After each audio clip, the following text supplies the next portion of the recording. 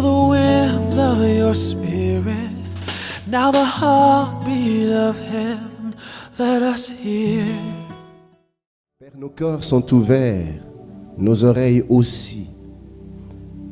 Nous voulons recevoir ta semence, ta parole, cette semence de vie. Que ta parole nous change, que ta parole nous sauve, que ta parole nous transforme. Fais-le, Père, par la puissance du Saint-Esprit, au nom de Jésus-Christ. Amen.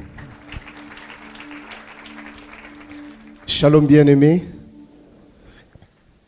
Nous bénissons le Seigneur, lui qui nous attire dans sa présence. Alors on me signale la présence d'un serviteur de Dieu. Il est collaborateur du pasteur Chico. Pasteur Chico, c'est le pasteur responsable de notre extension de Kisangani.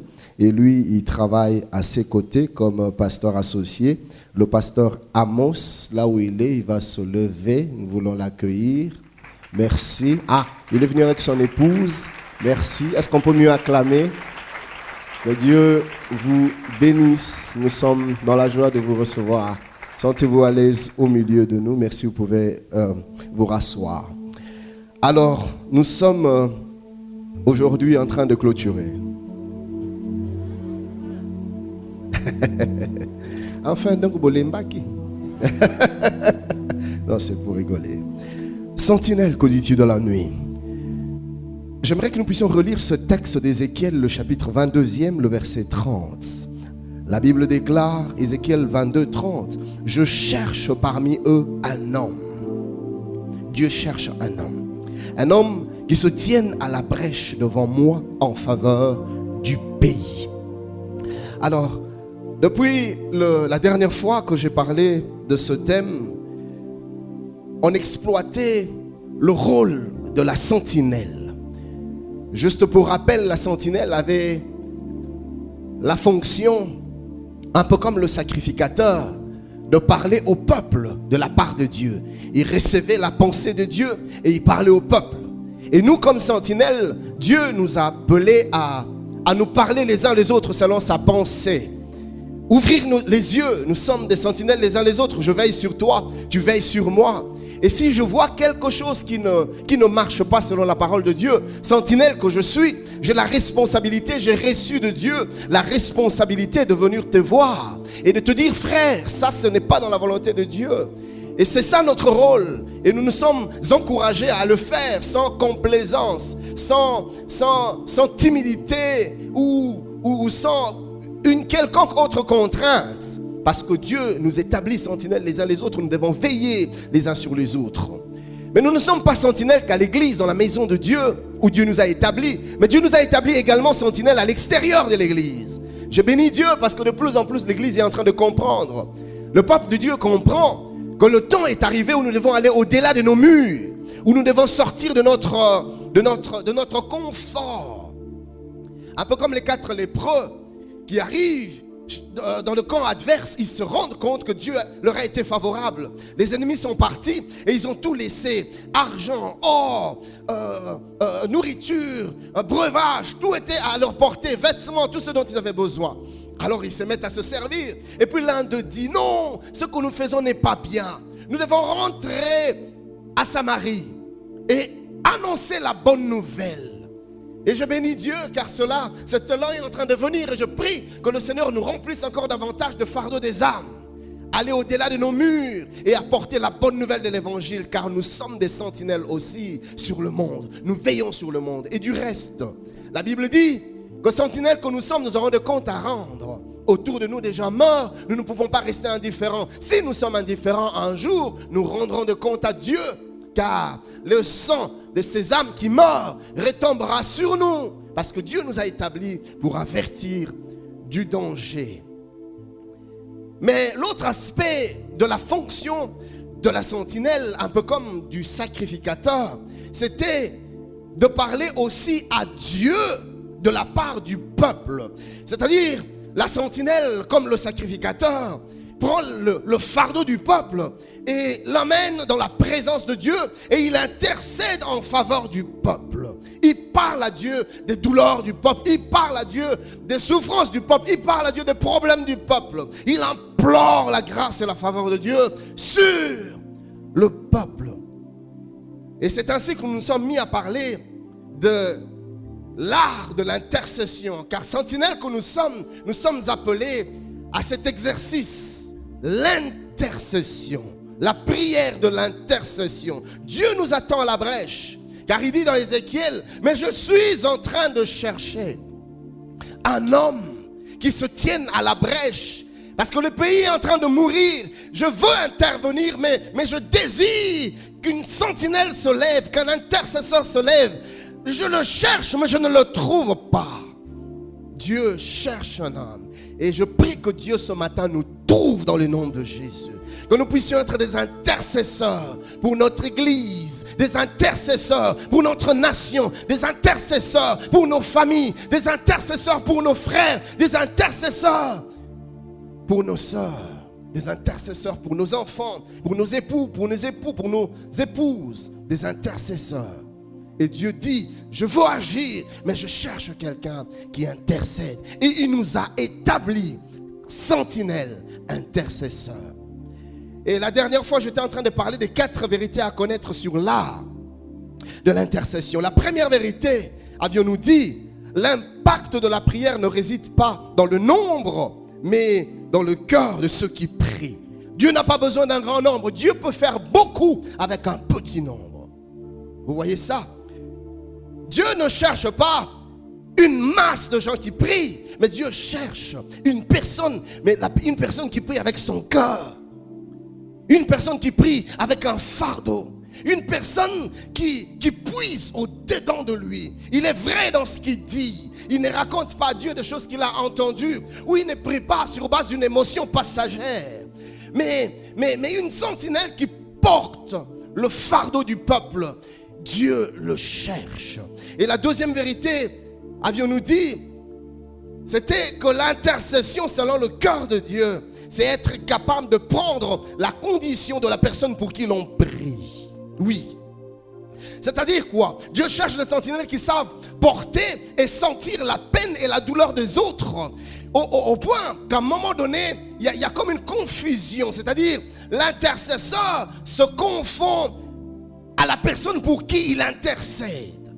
Il porte tellement le fardeau qu'il commence même à éprouver les douleurs de la personne pour qui il prie. Il ressent tellement sa peine, il ressent tellement sa douleur. Écoutez bien aimé, une prière qui ne bouscule pas ton cœur ne touchera pas non plus le cœur de Dieu.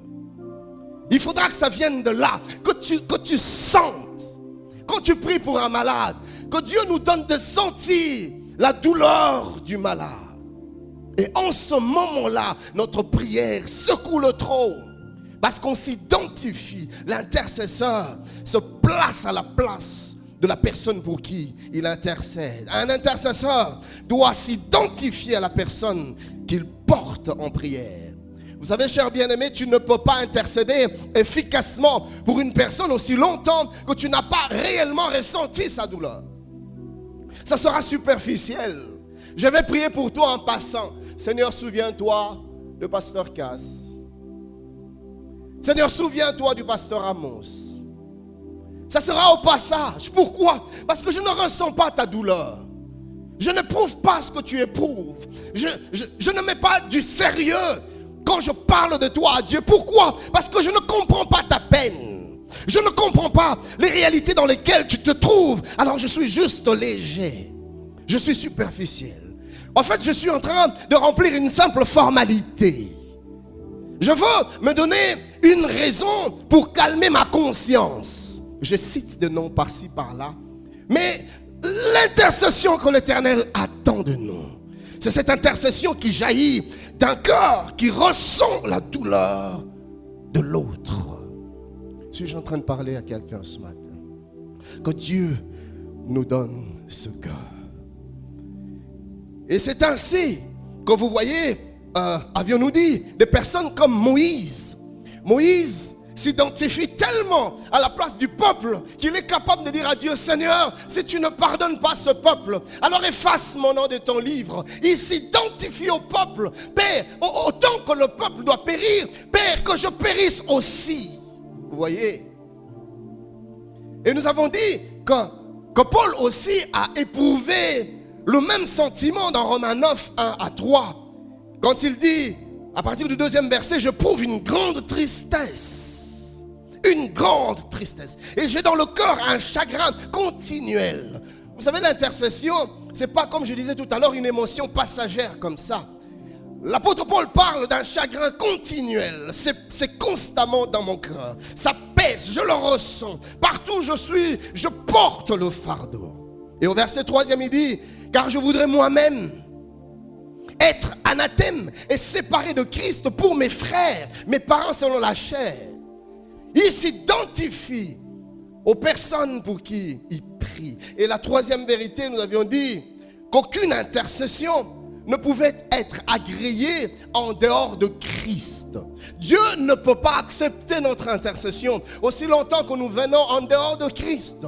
Si nous avons été acceptés dans la présence de Dieu, ce n'est pas parce que nous sommes venus avec nos œuvres bonnes, aussi bonnes soient-elles. Ce n'est pas parce que nous sommes venus en notre propre nom. Non. Si nous sommes acceptés dans la présence de Dieu, c'est parce que nous venons au nom de Christ. Nous venons sous la couverture de Jésus. Nous venons sous l'identité de Jésus. Quand Dieu nous exauce, c'est parce que Dieu entend nos voix. Non. Quand Dieu nous exauce, c'est parce que Dieu entend la voix de son Fils en nous. C'est ce qui nous rend agréable aux yeux de Dieu. C'est ce qui nous rend acceptables aux yeux de Dieu. C'est ce qui nous rend favorables aux yeux de Dieu. Et c'est ce qui fait que nos prières soient exaucées devant Dieu. Et en dehors de Christ, aucune prière ne peut être exaucée. Et voilà pourquoi Jésus lui-même dit, tout ce que vous demanderez au Père en mon nom, prier au nom de Jésus, ce n'est pas une formule. Ce n'est pas un automatisme, ce n'est pas tout simplement le fait de dire je prie au nom de Jésus, amen. Non, au nom de Jésus veut dire je viens sous l'autorité de Christ. Je viens mandaté par Christ. Je viens au nom et pour le compte de Christ. En fait, ce n'est pas moi qui viens, mais c'est Christ qui vient. Je ne suis qu'un représentant. Je viens par procuration. Et quand il en arrive au point d'intercéder, aucune intercession ne peut être acceptée si on est en dehors de Jésus. Voilà pourquoi je nous encourage à mettre de l'ordre dans nos vies par rapport à Dieu, si nous voulons nous mettre à porter le fardeau des autres dans sa présence. Alors notez ceci, il y a 2 grandes choses qui se passent dans la vie de ceux qui se tiennent à la brèche. 2 grandes choses. Premièrement, on se rend compte que Dieu révèle les choses cachées aux intercesseurs. Nous l'avions vu avec Abraham dans Genèse 18. Dieu veut partir après avoir mangé dans la maison d'Abraham. Il veut partir. Il regarde Abraham et lui dit, cacherai-je quelque chose à Abraham? Dieu ne sait pas partir. Il y a des choses qu'il désire dire à Abraham. Et la fois passée, nous l'avions vu, c'est que juste après que Dieu ait dit ça, au passage, au verset qui suit, Dieu se met à parler à Abraham de la bénédiction qu'il allait vivre. Je rendrai ton nom grand, je bénirai ta postérité. Et c'est là que nous nous sommes dit que ça, ce n'était pas la chose que Dieu ne voulait pas cacher à Abraham. Parce que tout compte fait, Abraham le savait déjà. Depuis Genèse 12, Dieu l'avait révélé à Abraham. Je te bénirai, je rendrai ton nom grand, je ferai de toi une source de bénédiction. Et nous avions cité plusieurs autres passages qui nous ont démontré que ça, ce n'était pas une nouvelle information. Donc Dieu n'avait pas caché ça à Abraham. Parce qu'il le savait déjà. Mais l'information que Dieu cachait à Abraham, c'est celle qui est venue juste après. Quand il dit à Abraham, les accusations de Sodome et de Gomorrhe sont parvenues jusqu'à moi. Je suis venu vérifier moi-même si les nouvelles que j'ai reçues du ciel. Bien sûr, l'accusateur nous accuse auprès de Dieu et il passait son temps à accuser Sodome et Gomorrhe. Et Dieu est descendu pour vérifier. Mais l'intention de Dieu, c'était de consumer, de décimer Sodome et Gomorrhe. Alors qu'est-ce qui se passe dans Sodome et Gomorrhe? Il n'y avait pas que des impies, il y avait un juste, Noé. Lot plutôt. Lot était là dans cette vie. Lot faisait partie de la famille de Dieu. Et c'était injuste. Et le Seigneur était en train de chercher, un peu comme ce qu'il dit dans Ézéchiel, l'Éternel était en train de chercher une personne qui pouvait intercéder en faveur de son peuple, en faveur du juste. En fait, Dieu est en train de titiller Abraham. Dieu est en train de provoquer Abraham. Dieu est en train de chercher à ressortir une intercession du cœur d'Abraham. Il est en quête de quelque chose. Alors il lui annonce la nouvelle. Et c'est là qu'Abraham a compris que l'heure était arrivée pour lui d'intercéder. Alors il se met à intercéder en faveur de Lot. Il intercède. Et une autre chose que nous avions mentionnée la fois passée, une chose qui m'a beaucoup édifié. La Bible dit que ces hommes sont venus à 3. Dieu est venu sous l'image de 3 personnes. Et quand ils ont fini de manger, quand il a dit ça il a parlé avec Abraham, la Bible dit, ils étaient à 3, mais les deux d'entre eux se sont avancés. Ils se sont mis à aller vers Sodome et Gomorrhe. Mais la Bible précise que l'Éternel resta à côté d'Abraham. Pourquoi Dieu est resté alors que les autres étaient partis? Et quand il reste, il ne dit rien. Dieu dit, je détruirai Sodome et Gomorrhe. Et puis il reste, il regarde Abraham. Dieu attend quelque chose d'Abraham. Je voudrais nous dire, à chaque fois que Dieu nous révèle quelque chose sur quelqu'un, c'est qu'il veut susciter en nous une intercession.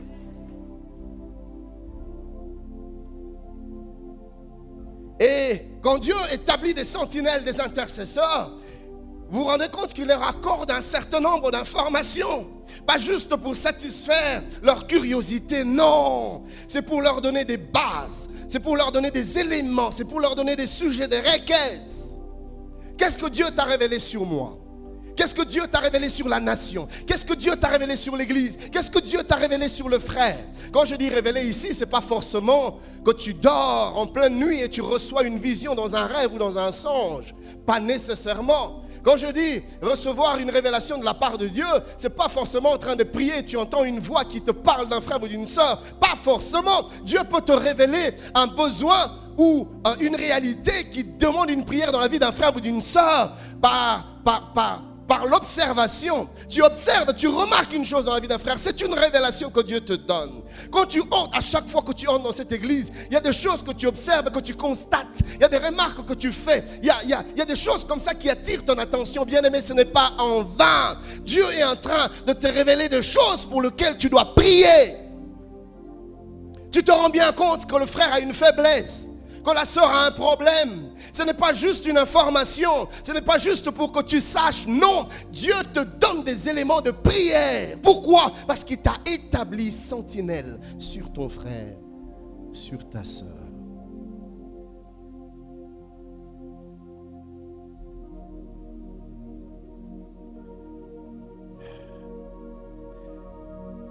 Donc premièrement, je disais que Dieu nous révèle des choses cachées pour nous donner des objets, disons des requêtes dans notre intercession. Mais deuxièmement aussi, Dieu nous révèle des choses cachées pour nous amener à contrer, à déjouer le plan du malin.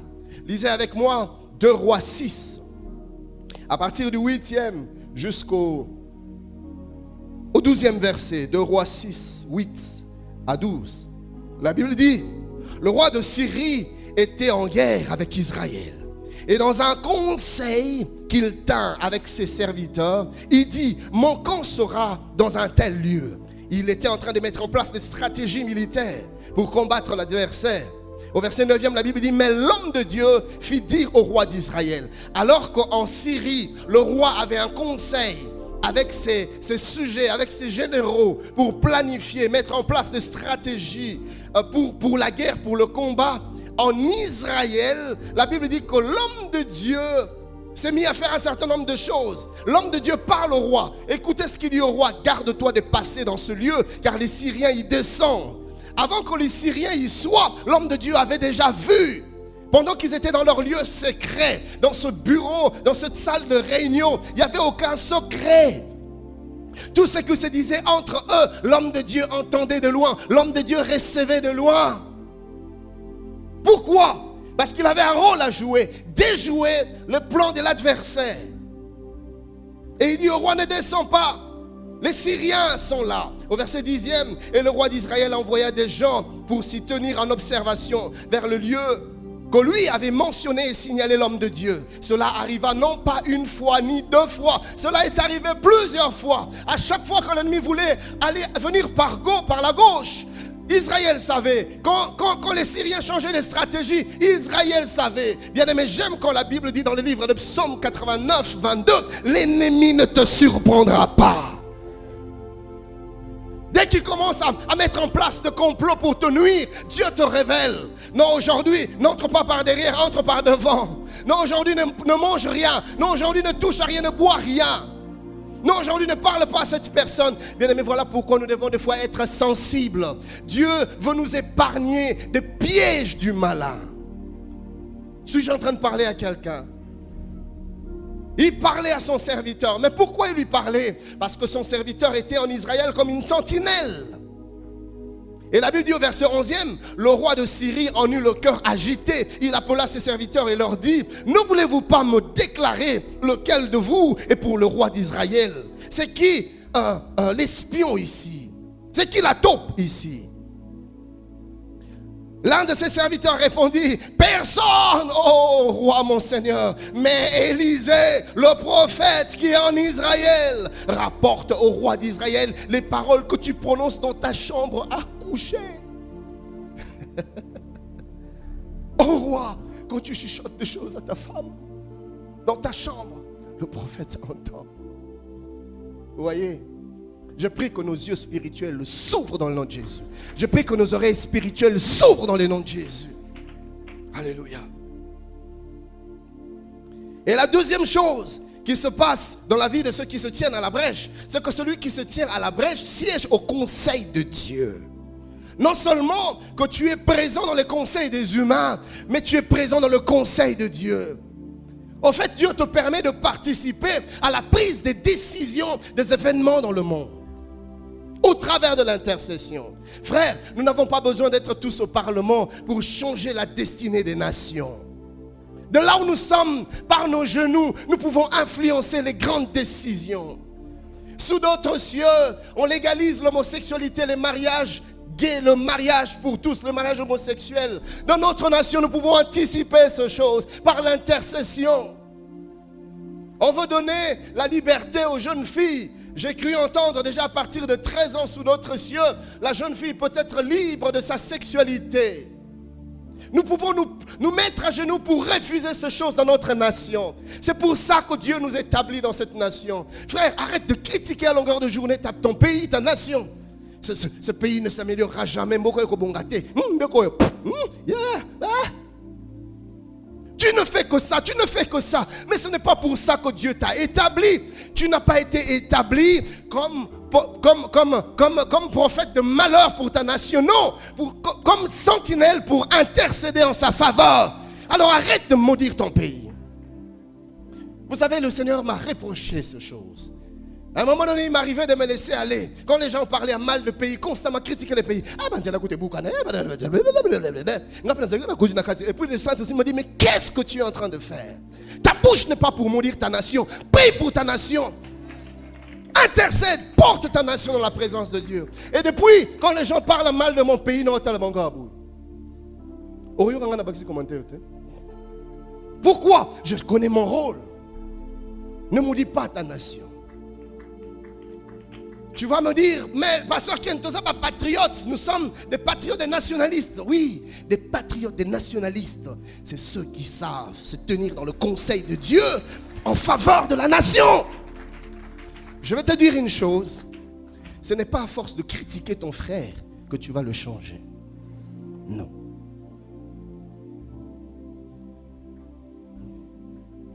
Alors Dieu nous donne cette opportunité par l'intercession de siéger dans son conseil, de connaître ses pensées. J'aime quand Ésaïe 55, 8 à 9 dit Car mes pensées ne sont pas vos pensées, et vos voix ne sont pas mes voix, dit l'Éternel. Autant les cieux sont élevés au-dessus de la terre, autant mes voix sont élevées au-dessus de vos voix, et mes pensées au-dessus de vos pensées. L'homme ne peut connaître le pensée de Dieu, mais aux intercesseurs, la Bible, Dieu leur accorde cette opportunité de sonder, de percer, de saisir, de connaître la pensée de Dieu. Dieu peut inspirer sa pensée sur la nation, Dieu peut inspirer sa pensée sur l'église, Dieu peut t'inspirer sa pensée sur un frère, sur une soeur, sur tes enfants, sur ton époux, sur ton épouse, sur ton travail, sur ta destinée. Quand tu sièges dans son conseil, il t'ouvre son cœur. Voilà ce que je veux faire pour elle, voilà ce que je veux faire pour lui, voilà ce que je vais faire dans cette église, voilà ce que je veux faire dans cette maison, voilà ce que je veux faire dans cette famille. Et pourquoi Dieu te donne toutes ces informations? Pour que tu pries. Seigneur, voilà ce que tu m'as montré. Père, accomplis ta parole. Seigneur, accomplis tes désirs. Jésus, je prie que mon frère ne s'écarte pas de ton chemin. Seigneur, des choses que tu lui réserves sont tellement glorieuses. Je prie que tu le gardes dans l'intégrité. Garde-le dans la soumission. Garde-le dans l'obéissance. Tu pries pour lui. Tu passes ton temps. Tu le portes dans la présence de Dieu. Et le frère qui était sur le point de chavirer entend subitement la voix de l'Esprit qui lui parle à cœur. Et il se rend compte qu'il est sensible à cette voix. Et il revient sur le droit chemin. Il ne comprend pas qu'est-ce qui s'est passé. Mais il y avait une sentinelle qui s'est tenue à la brèche en sa faveur. J'ai vu ça dans ma vie. Des jours où je me sentais faible.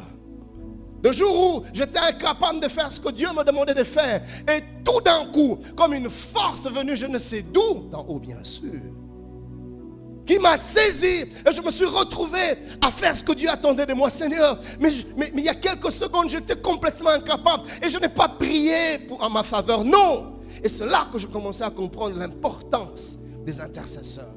Bien-aimés, vous n'avez aucune idée combien je secoue les gens qui sont autour de moi, les amis, quelques frères que je connais. Priez pour moi, je vais prêcher dimanche. Priez pour moi. S'il vous plaît, je ne sais pas ce que je dois dire au peuple de Dieu. Je n'ai pas le message. Des fois, il nous arrive comme ça. Tu es un vendredi, tu ne sais pas ce que tu vas dire. La pensée de Dieu ne vient pas. Tu ouvres la Bible, tu ne vois pas. Tu essaies de travailler, tu sens que ça ne coule pas. Tu sens que les écluses sont fermées. Il n'y a pas de fuite ce jour-là. Et tu essayes de griffonner quelque chose par ta propre intelligence. Et puis tu sens que c'est vide. Tu dis non, ça c'est mon intelligence. Ça ne vient pas de Dieu. Ça c'est mes réflexions. Et je vais chez les frères, les sœurs, priez pour moi. J'envoie des messages, s'il vous plaît. Intercédez en ma faveur. Et du coup, je suis surpris de voir comme des brèches qui s'ouvrent. Waouh! Le même passage où je ne voyais rien du tout, tu es surpris. Tu as l'impression que les écailles tombent et subitement, tu vois Dieu te parle et te renvoie. Voilà ça, écoute, va dans l'Ancien Testament, va dans tel livre. Voilà, tu vas trouver un complément. Et voilà, il y a un parallèle ici. Oh, Jesus, help me! C'est merveilleux quand les frères et sœurs te portent en prière. Alléluia. Oui, dans le conseil de Dieu, nous influençons les choses. Nous impactons des vies. Nous changeons des destinées. Arrêtons de critiquer. Intercédons. Car nous sommes des sentinelles. La quatrième vérité, c'est que l'intercession plaît au cœur de Dieu. Oui, Dieu aime l'intercession. Le Seigneur aime quand les gens prient. Et si vous lisez ce texte de Genèse 18, arrivé au verset 33, la Bible dit, au fait, ici, Abraham est en train de parler au Seigneur. Abraham est en train de parler à Dieu. Il lui donne il intercède en sa faveur. Il intercède en sa faveur. Et puis, qu'est-ce que je raconte? Abraham intercède en faveur de Lot. Alors pendant tout le temps qu'il parle, on a l'impression que Dieu n'est pas pressé de partir. Dieu est patient. Dieu l'écoute. Et Abraham se morfond en excuse. Père, s'il te plaît, permets que je parle encore une fois de plus. Seigneur, ne t'irrite pas. Permets, je ne parlerai plus après. Mais Dieu est calme. Dieu l'écoute. Tout le temps qu'Abraham voulait prendre, Dieu était là. Et vous allez être surpris de voir ce qui se passe au verset 33. La Bible dit, l'Éternel s'en alla lorsqu'il eut achevé de parler à Abraham. Vous voyez? Aussi longtemps qu'Abraham parlait encore, l'Éternel était là. Et surtout quand il s'agit de l'intercession, Dieu n'est pas pressé, il reste là. Il entend, il écoute. Pourquoi? Parce que quand il trouve cette sentinelle qu'il a toujours cherchée, Dieu passe du temps avec elle.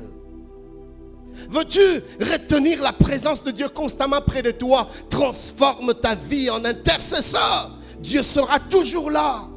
Alléluia. Et vous savez ce qui est merveilleux? C'est que pendant que toi tu es en train de porter les fardeaux des autres, Dieu s'occupe de tes fardeaux. Dieu règle tes problèmes. Il fait pour toi des prières que tu n'as pas formulées. Il anticipe tes besoins. Et des fois des choses auxquelles tu as tout simplement pensé, tu vois Dieu les faire. Pourquoi? Parce que quand tu pries pour les autres, Dieu s'occupe de tes problèmes. Alléluia. Et je vais vous dire une chose, quand vous intercédez pour une personne, vous sentez, il y a des fois tu sens que tu dois prier pour elle, mais tu ne sais pas pourquoi tu dois prier. Alors si tu as reçu le don de langue, mets-toi à prier en langue pour la personne. Les prières en langue sont précises. Les prières en langue sont profondes. Les prières en langue, ça touche le cœur de Dieu exactement là où il faut.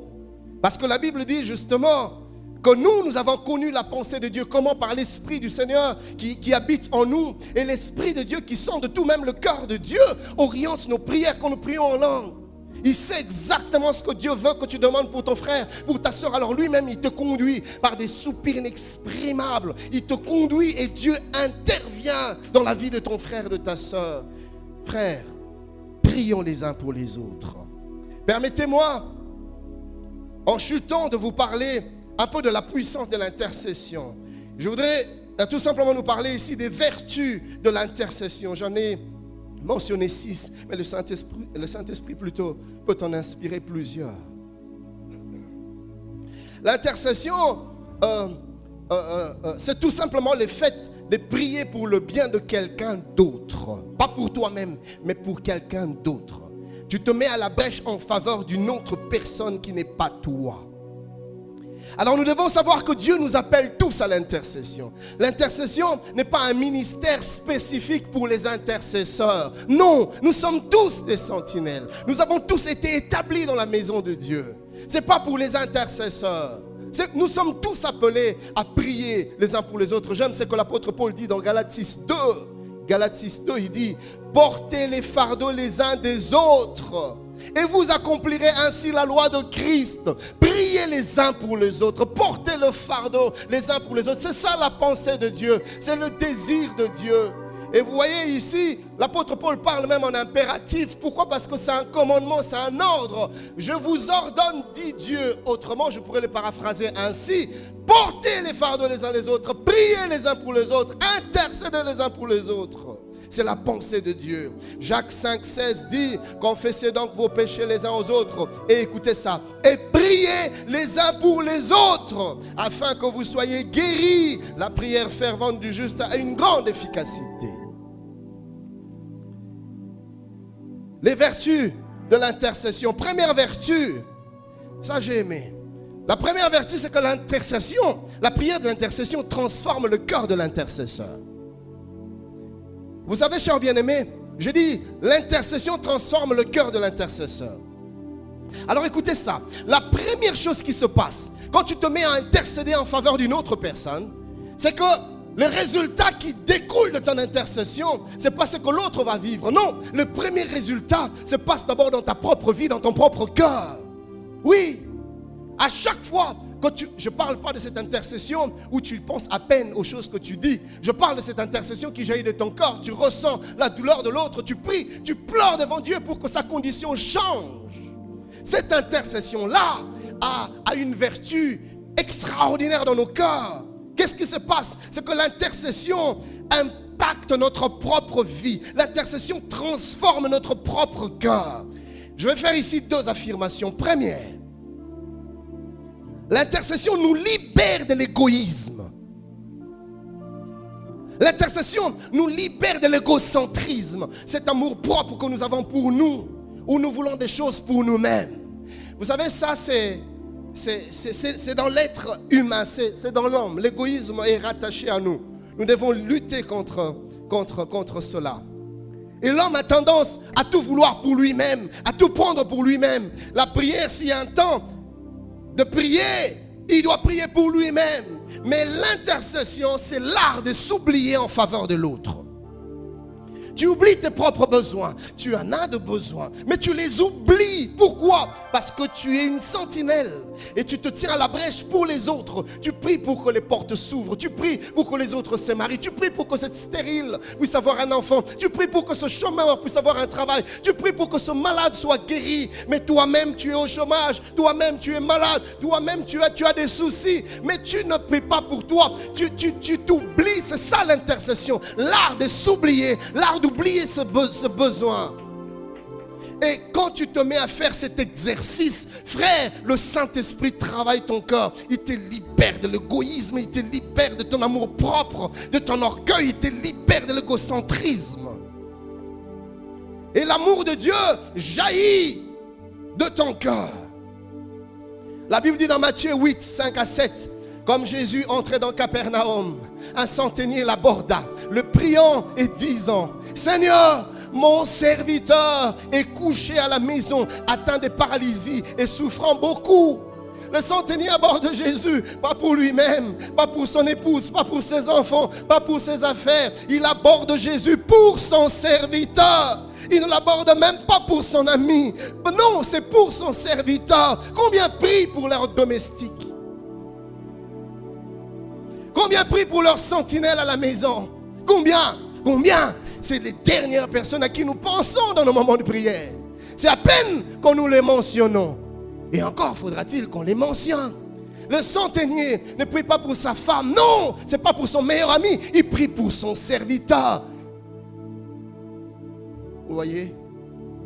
Et Jésus lui dit, j'irai et je le guérirai. Notre Dieu n'est pas insensible à l'intercession. Alléluia. Et j'ai aimé Exode 32, 9 à 13. Nous allons lire de manière séquencée. Exode 32, 9 à 10, déjà la Bible dit, l'Éternel dit à Moïse, je vois que ce peuple est un peuple au cou raide. Le peuple s'était rébellé. Il a construit le veau d'or. Il s'est mis à adorer le veau d'or. Et Dieu voulait en finir avec le peuple. Au verset 10e, il dit à Moïse, maintenant, laisse-moi. Ma colère va s'enflammer contre eux. Et je les consumerai. Je veux détruire ce peuple. Je veux mettre fin à l'histoire de ce peuple. Écoutez ce que Dieu rajoute. Dieu dit à Moïse, mais je ferai de toi une grande nation. Vous voyez, le Seigneur est en train de toucher les coups de Moïse. Il dit, je détruirai ce peuple. Ce peuple est un peuple courant. C'est un peuple de rebelles, un peuple de révoltés. Je n'ai que faire avec ce peuple. Mais Moïse, toi, je ne veux pas te toucher. Au contraire, je vais susciter par toi une grande nation.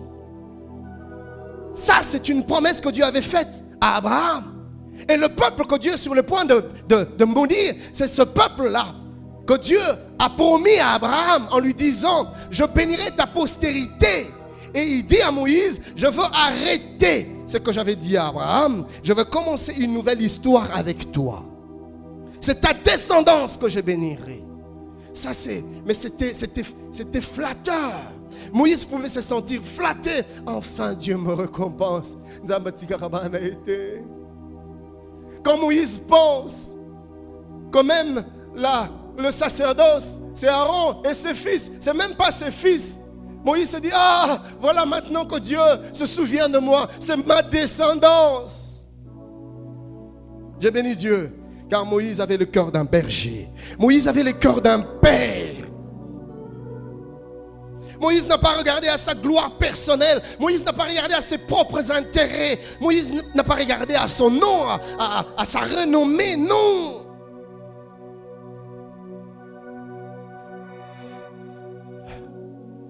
Au verset 11e, la Bible dit, Moïse implora l'Éternel son Dieu et dit, pourquoi, ô Éternel, ta colère s'enflammerait-elle contre ton peuple?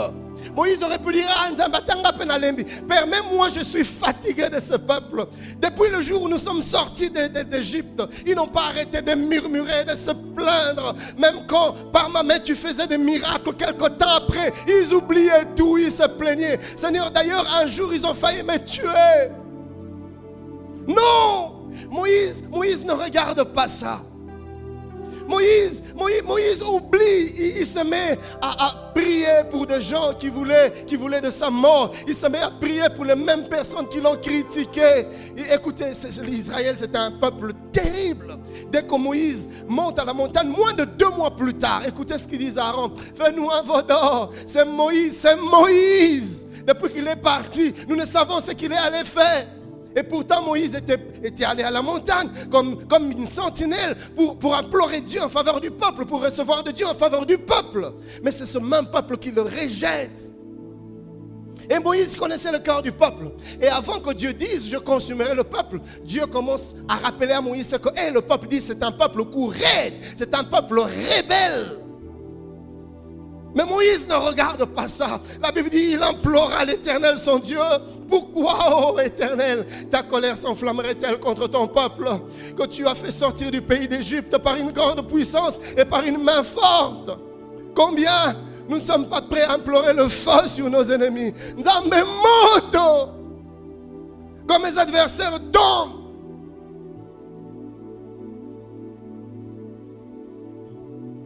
Verset 12, pourquoi les Égyptiens diraient-ils? C'est pour leur malheur qu'il les a fait sortir. C'est pour les tuer dans les montagnes et pour les exterminer de dessus la terre. Reviens de l'ardeur. Il dit, Dieu, reviens de l'ardeur de ta colère et réponds-toi du mal que tu veux faire à ton peuple. Seigneur, je te supplie, ne fais pas ça. Oh Dieu, c'est vrai, Père, que c'est à cause de lui que je ne suis plus dans ce travail. Mais papa, s'il te plaît, ne le frappe pas. Père, c'est vrai que c'est à cause de lui que je paye cette prime. Père, s'il te plaît, ne le frappe pas. C'est à cause de lui que tout ce qui m'arrive maintenant me sont arrivés. Mais Père, ne le frappe pas. Seigneur, s'il te plaît, ne fais pas ça. Je prie que Dieu nous donne le cœur de Moïse.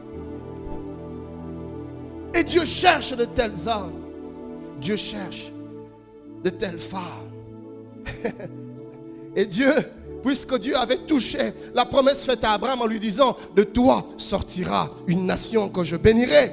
C'est ce qu'il dit à Moïse. Et Moïse rappelle à Dieu que cette affaire, c'est pour Abraham. Au verset 13, il dit, souviens-toi d'Abraham, d'Isaac et d'Israël, tes serviteurs auxquels tu as dit en jurant par toi-même, je multiplierai votre postérité comme les étoiles du ciel, je donnerai à vos descendants tous ces pays dont je parlais et ils les posséderont à jamais. Seigneur, tu l'as dit à Abraham, ce que tu es en train de me dire. Non, Père, souviens-toi de ta promesse, tu l'as dit avec serment. Souviens-toi de ta promesse, Abraham, et ne frappe pas ce peuple. Le cœur de l'intercesseur. Deuxième affirmation, l'intercession n'est rien d'autre que l'expression de l'amour pour l'autre. L'amour et l'intercession sont deux choses qui marchent de pair. Ça va toujours ensemble. Et c'est pour ça que vous remarquerez. Et quand on parle de l'amour ici, c'est facile d'aimer une personne qui t'aime. C'est facile de faire du bien à quelqu'un qui te fait du bien. Là, est-ce que là, on parlerait de l'amour? Oui, on parlerait de l'amour, mais un amour naturel. Ça n'a rien d'extraordinaire. Jésus dit, si vous ne faites du bien qu'à ceux qui vous font du bien, que faites-vous d'extraordinaire? Les païens aussi agissent de même. Mais l'amour commence à revêtir un caractère extraordinaire quand il est tourné vers les adversaires, vers les ennemis. Oui, parce que comment puis-je aimer mon ennemi? Comment puis-je aimer celui qui me fait du mal? Et Jésus, à Gethsemane, voit Judas venir le trahir. Et comment il appelle? Mon ami. Même à son traître, il donne de l'amour, il donne de la considération. Il dit pas mon ennemi, il dit mon ami. Vous voyez? Et quand ici, je parle de l'amour qui va de pair avec l'intercession, ce n'est pas l'amour que l'on a avec nos amis. Non, ce n'est pas cette dimension d'amour. Ça, c'est normal. Je parle de l'amour où on s'élève à un niveau où on se met à aimer ceux qui nous font du mal. Écoutez ce que Jésus dit dans Matthieu 5, 44. Mais moi je vous dis, aimez vos ennemis, bénissez ceux qui vous maudissent, faites du bien à ceux qui vous haïssent. Et puis après avoir dit ça, il dit, priez pour ceux qui vous maltraitent et qui vous persécutent. J'ai aimé ça en version français courant. Français courant dit, aimez vos ennemis et priez pour ceux qui vous persécutent. Vous voyez? Avant de parler de l'intercession, il parle d'abord de l'amour. Pourquoi? Parce que Dieu sait qu'une vraie intercession est l'émanation d'un amour véritable. Frère, ces deux choses vont ensemble. L'amour d'une part et l'intercession de l'autre. Si tu m'aimes, tu prieras pour moi. Si tu aimes ta femme, tu prieras pour elle. Si tu aimes tes enfants, tu prieras pour eux. Si tu aimes ton église, tu prieras pour elle. Si tu aimes ta nation, tu prieras pour elle. Oui. Vous savez, chers bien-aimés, quelquefois, le manque d'intercession traduit notre manque d'amour ou notre insuffisance d'amour. Deuxième vertu, c'est que l'intercession incline le cœur de Dieu en notre faveur. Oui. Moïse intercède en faveur du peuple. Dans Exode 32, 14, la Bible dit « Et l'Éternel se repentit du mal qu'il avait déclaré vouloir faire à son peuple. » Dieu, l'intercession est capable de convertir le cœur de Dieu. C'est ce que cela veut dire. Dieu, en fait, la repentance, pardonnez-moi, la conversion, c'est que tu étais en train d'aller dans une direction et puis tu fais volte-face. Tu te convertis, tu changes de direction. C'est ce que Dieu est en train de faire. Il est sur le point de frapper le peuple. Moïse intercède, Dieu se repent. La Bible dit, et l'Éternel se repentit. Une autre version dit, et l'Éternel regretta. Sa mort dit, et l'Éternel renonça. Dieu renonce, Dieu regrette, Dieu se repent. C'est ce que l'intercession fait. Dieu était déjà en mouvement, en train de faire quelque chose, mais ton intercession est capable de l'arrêter. Dieu revient, si je peux parler à la manière des hommes, Dieu revient au bon sentiment. Dieu revient sur ses pas. C'est ce que l'intercession est capable de faire. Faire revenir Dieu sur sa décision. L'intercession pousse Dieu à revoir sa décision. Et ce texte avec lequel nous avons commencé, Exode 22, 33, Dieu dit, je cherche parmi eux un homme qui élève un mur. Pourquoi? Qui se tienne à la brèche. Pourquoi? En faveur du peuple. Pourquoi? Il dit, afin que je ne le détruise pas. Mais je n'en trouve pas. Dieu est sur le point de détruire le peuple, mais il cherche quelqu'un. Pourquoi? Parce qu'il sait que seule l'intercession est capable de changer son cœur, d'arrêter sa main. L'intercession incline le cœur de Dieu en notre faveur. Nous ne devons pas nous réjouir du mal des autres, même pas celui de nos ennemis. Non. Troisième vertu de l'intercession, l'intercession ouvre les portes des prisons. Yes. Si vous lisez Actes 12, 5, la Bible dit que Pierre donc était gardé dans la prison. Et l'église ne cessait d'adresser pour lui des prières à Dieu. La Bible dit l'église ne cessait, l'église plutôt ne s'arrêtait pas. Écoutez ça. Notre prière pour les autres doit être une prière incessante. Nous ne devons pas nous arrêter. L'église ne s'arrêtait pas. L'église priait pour Paul. Paul était en prison. L'église priait. Est-ce que nous prions pour nos bien-aimés qui sont captifs, dans la captivité, que ce soit en prison ou que ce soit dans une captivité spirituelle? Nos frères qui croupissent sous le joug du malin, dans la servitude du péché, dans l'oppression des démons. Est-ce que nous prions pour eux? La Bible dit que l'église priait sans s'arrêter. Que notre prière soit incessante. Lisez avec moi Ésaïe 62. Si vous lisez le premier verset, la Bible dit, pour l'amour de Sion, je ne me tairai point. Je ne veux pas me taire, je ne garderai pas le silence. Pour l'amour de Jérusalem, je ne prendrai point de repos jusqu'à ce que son salut paraisse comme l'aurore et sa délivrance comme un flambeau qui s'allume. Au verset 6e jusqu'au verset 7e, le prophète dit, sur tes murs, Jérusalem, j'ai placé des gardes, c'est-à-dire des sentinelles. Ils ne se tairont pas, ni jour ni nuit.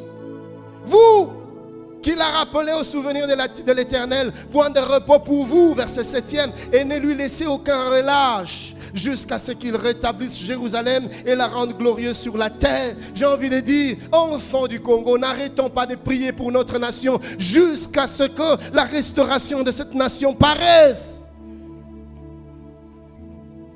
N'arrêtons pas d'intercéder les uns pour les autres, jusqu'à ce que l'intervention de Dieu vienne. Ils ne se tairont ni jour ni nuit.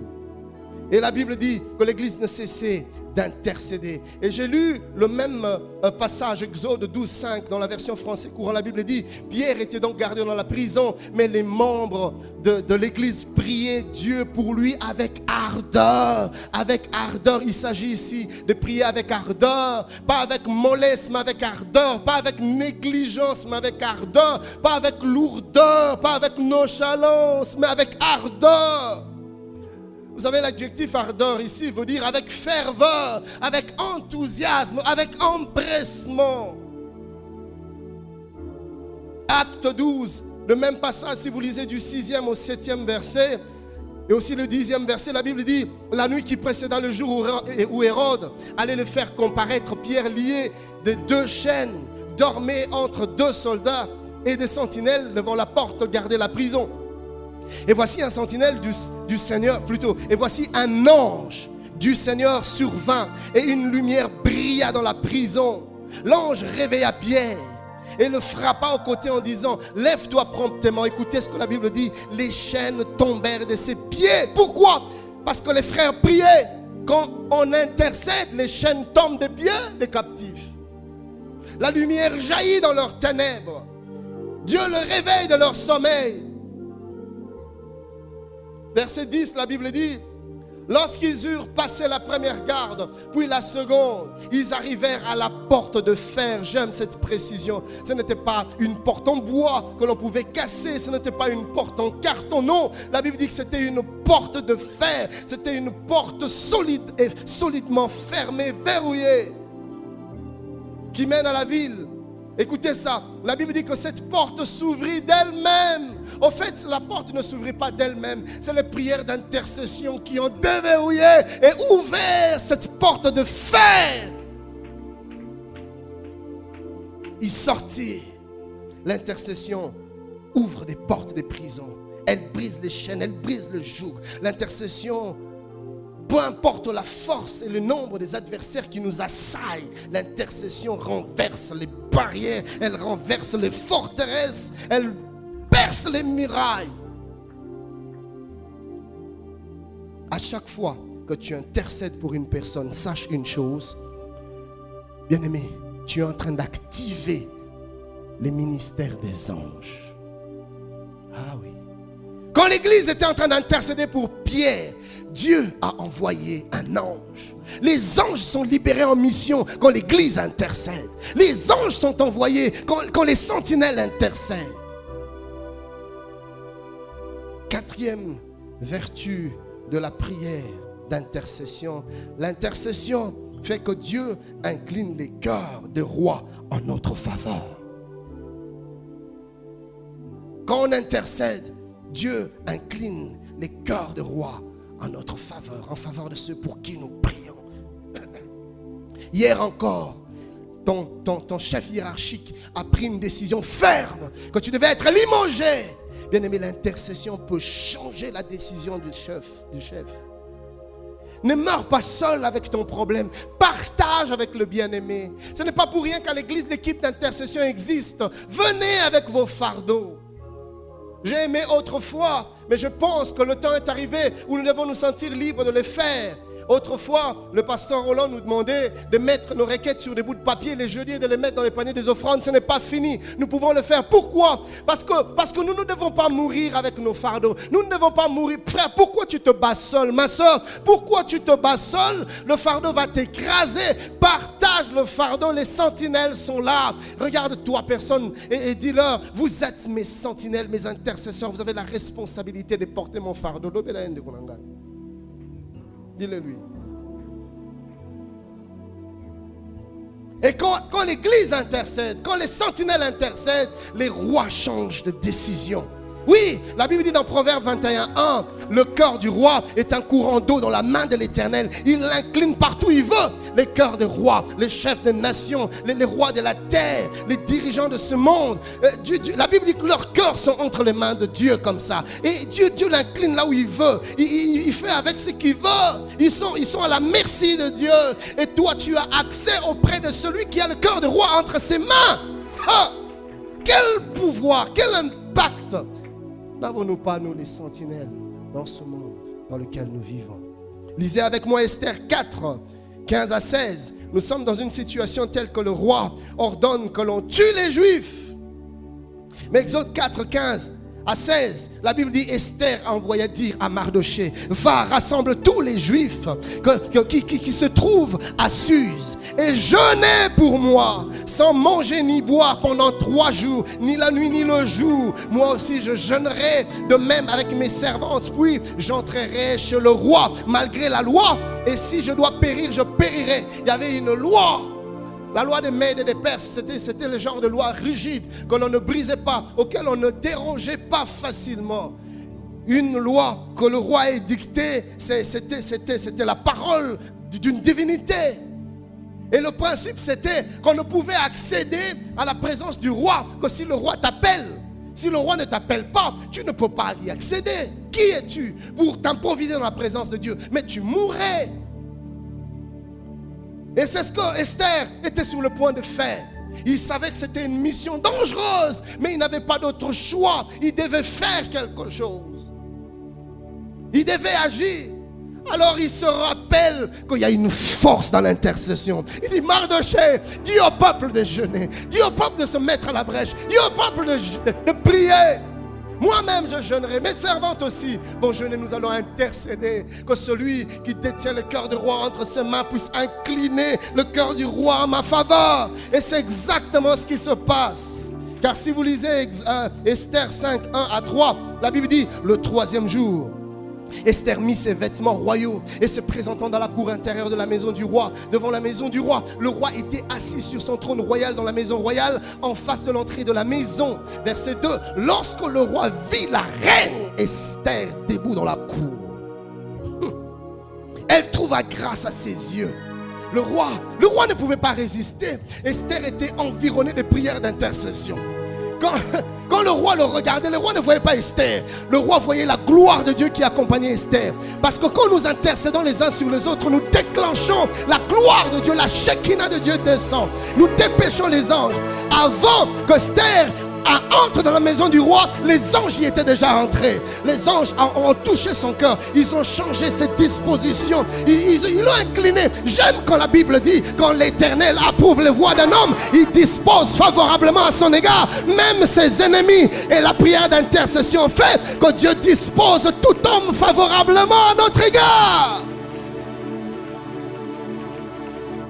Quand le roi la vit, la Bible dit, elle trouva grâce à ses yeux.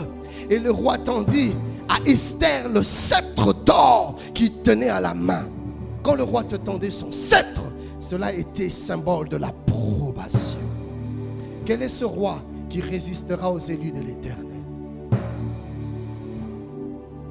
Si l'Église intercède, les portes fermées vont s'ouvrir, les décisions vont changer, les signatures seront changées, les lois seront changées, les arrêtés, les ordonnances seront changées.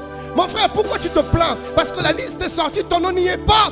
Sollicite la prière des intercesseurs. Cette ordonnance va changer, cet arrêté va changer, cette décision va changer. Rien ne résiste à la prière. Personne ne résiste à la prière. Non, le ciel et la terre sont ébranlés quand les saints prient.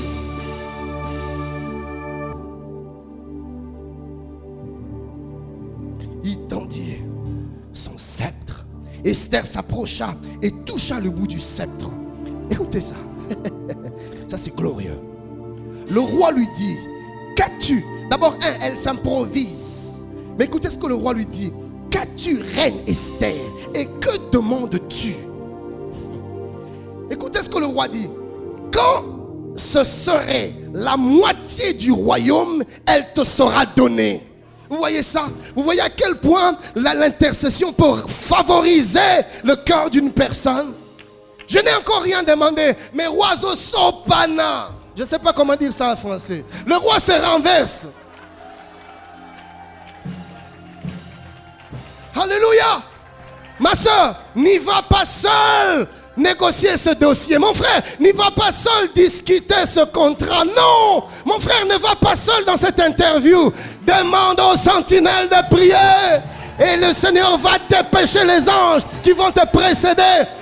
ce panel d'interviews, dès qu'ils vont te voir, la faveur de Dieu va les conditionner et le Seigneur va les incliner. Je proclame et je déclare, aucune porte ne te résistera à cause des sentinelles qui t'entourent. Je proclame et je déclare que la faveur des hommes te sera accordée.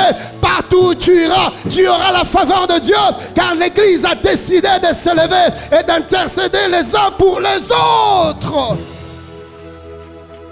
Nous pouvons nous asseoir.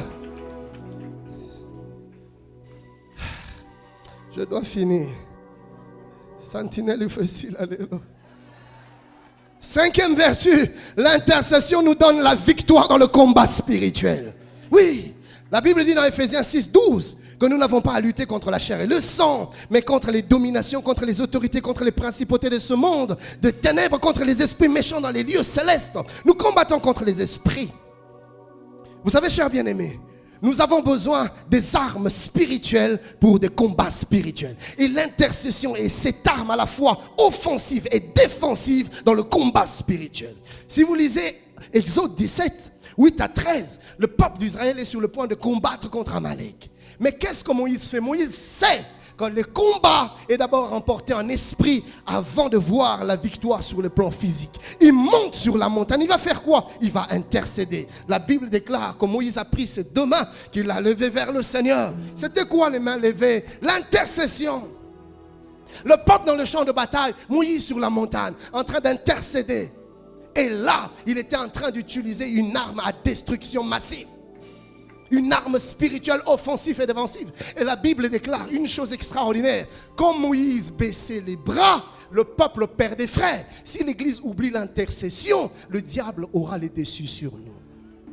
Et quand Moïse levait les mains, le peuple remportait la victoire. Que Dieu puisse susciter parmi nous une race de sentinelles et d'intercesseurs. Je me rappelle, je vous ai déjà raconté cette histoire, je crois que c'était le dimanche passé. J'étais loin quelque part, mon fils tombe malade. Il tombe malade, comme j'ai dit la fois passée, il se met à vomir du sang. Il se met à vomir du sang, les médecins ne comprennent pas. Et à un moment donné, mon fils commence à perdre des forces. Ma femme n'en peut plus. Le pasteur Olivier était là, le pasteur Roland était là, d'autres autres bien-aimés étaient là. Ma femme n'arrivait plus, elle est partie, elle ne voulait pas voir son fils mourir. Elle est partie loin, elle pleurait, elle criait, « Mon mari, tu es où ?» Parce qu'elle était seule. Et pendant ce moment, mon fils commençait à mourir. Mon fils commençait à s'en aller. Le souffle commençait à le quitter. Et puis, ici à l'église, il y avait, à l'époque de Mama Toti, il y avait des intercesseurs qui étaient à l'église. Pendant qu'ils étaient en train de prier, l'un d'eux reçoit une vision. Il voit la vision qu'il y avait une femme qui tenait entre ses mains le fils, mon fils, le fils du pasteur Ken. Et cette dame a pris cet enfant entre ses mains et elle s'est mise à se diriger vers un fleuve. C'est la vision que l'intercession reçoit. Et pendant que la dame se dirige vers le fleuve, elle entre dans l'eau et elle commence à descendre avec mon fils dans l'eau. À descendre. Et puis à un moment donné, elle est submergée. Elle est complètement entrée dedans avec mon fils. Et puis tout d'un coup, ils se sont mis à prier pour mon fils. Et toujours dans la vision, ils ont vu la femme sortir et jeter mon fils. Et à l'hôpital, qu'est-ce qui se passe? Dans le réel, à l'hôpital, mon fils est en train de perdre le souffle, il est en train de partir. Et puis tout d'un coup, on voit mon fils revenir en vie. Frère, l'intercession est puissante. Il y a des choses que nous voyons naturelles, mais qui ne sont pas naturelles. Les enjeux sont spirituels. Vaillants hommes de Dieu, sentinelles du Seigneur, lèvons-nous à prier. Il y a des enjeux qui sont spirituels. Si nous voulons changer des choses dans notre église, dans nos maisons, dans nos familles, dans nos lieux de travail, dans nos villes, dans nos ministères, soyons des intercesseurs les uns pour les autres. Je vais finir par la sixième vertu. L'intercession active le réveil. Dans ce temps de la fin, où le diable s'est appesanti dans le monde, où le ténèbre et l'obscurité s'est abattu dans le monde, où le sommeil spirituel entre dans l'église, nous avons besoin de l'intercession, car l'intercession active le réveil spirituel. Si nous voulons d'une église vivante, une église où Dieu agit, une église où nous entendons la voix de Dieu, une église où Dieu est réel, palpable, nous devons nous lever en prière en sa faveur. Si nous voulons des pasteurs intègres, des pasteurs puissants en œuvre et en parole, nous devons nous lever en prière. Si nous voulons voir le réveil à l'église, nous devons nous lever en prière. Ou sinon, ça sera des slogans. Nous parlerons beaucoup, nous aurons peu de résultats. Voulons-nous voir Dieu agir encore aujourd'hui comme au jour d'autrefois? Alors enrôlons-nous dans cette armée des sentinelles. Sentinelle, que dis-tu de la nuit? Nous allons tous nous lever. Est-ce que quelqu'un veut acclamer très fort le Seigneur?